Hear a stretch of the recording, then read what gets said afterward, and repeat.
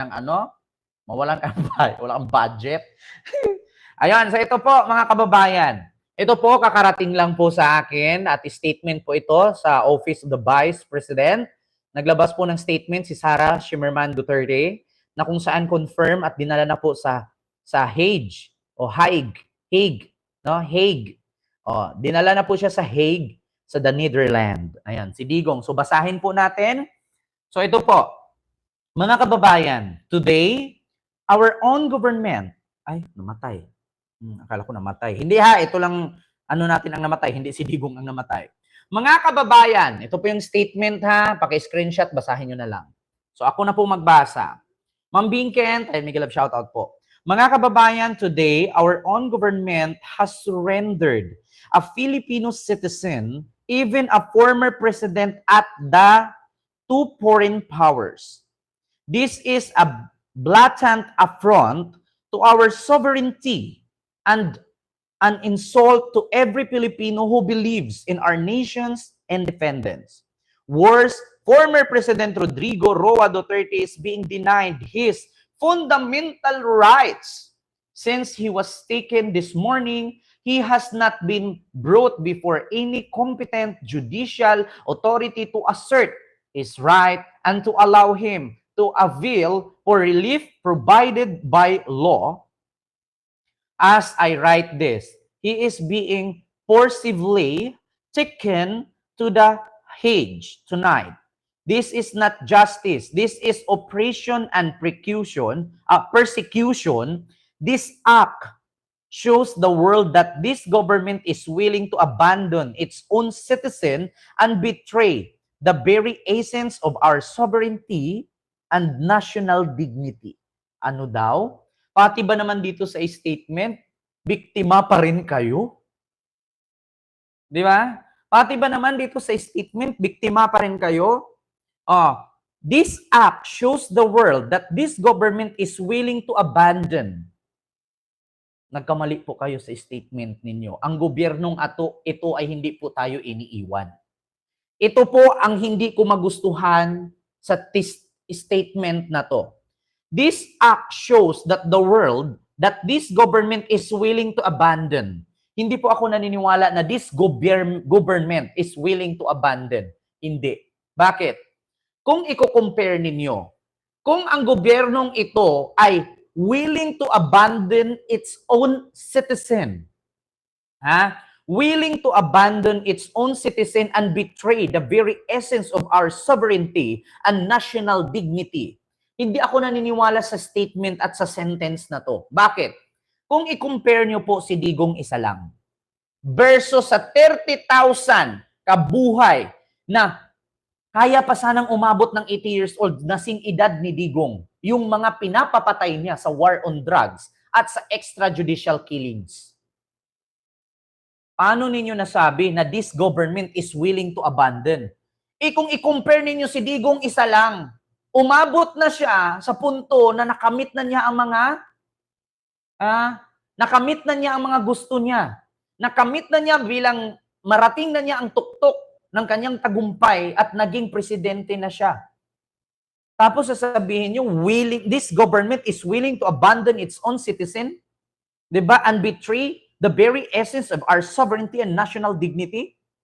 Nasaan yung sinasabi ninyong sovereignty and national dignity? Samantalang yung mga Coast Guard natin na hinaharas ng mga ibang lahi doon sa West Philippine Sea, yung isang Coast Guard na putulan ng daliri, yung isang Coast Guard binumba ng tubig ng water cannon. Asaan? May narinig ba kami sa sinasabi sa sovereignty and national dignity ninyo? May narinig ba ang Pilipino? Tapos sasabihin ninyo, na this government is willing to abandon. Kayo ang nang-abandon sa amin. Kayo, wala kayong pakialam sa Pilipino. Kayo ang katotohanan na wala kayong paki at kayo yung willing to abandon. Di ba? Huwag niyong sabihin na si Pangulong Bongbong Marcos this government is willing to abandon. Abandon, English yan. Yeah? Huwag kayong magpa-ganyang-ganyang statement. Akala nyo kayo yung biktima. Willing to abandon, to its citizen betray the very essence of our sovereignty and national dignity? If, di ba, wini-wish ni Digong yan, hinahanap niya kung nasaan.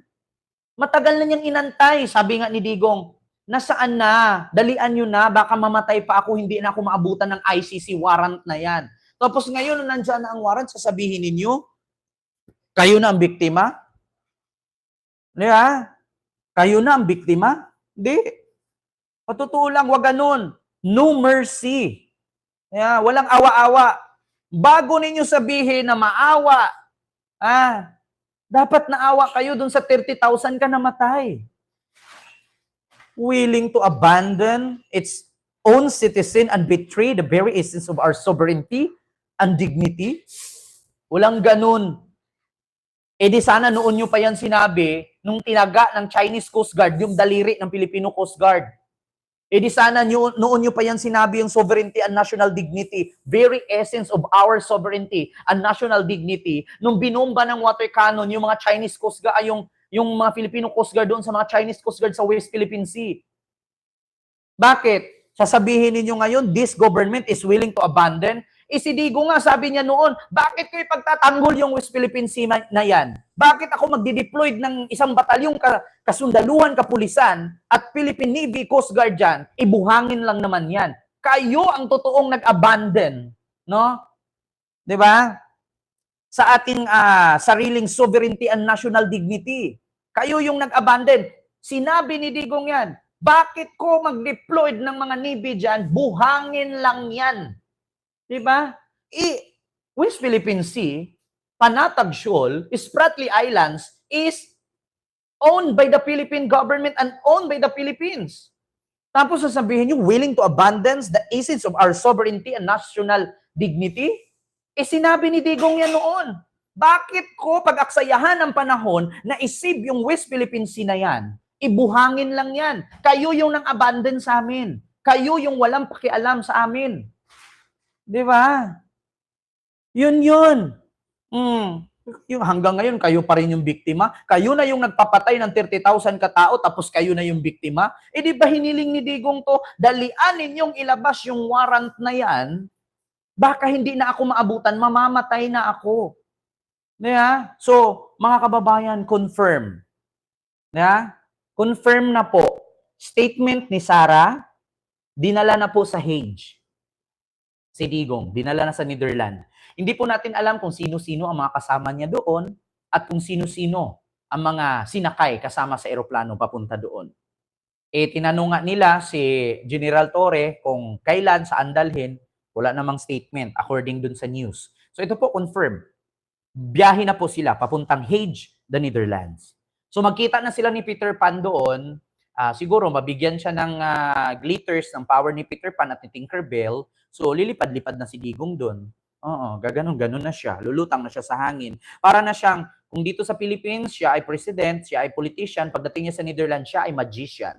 Diba? So makita na sila ni Tinkerbell at ni Peter Pan. And I, thank you. Diba? Mr. Hughes, baklang to. Diba, Ma'am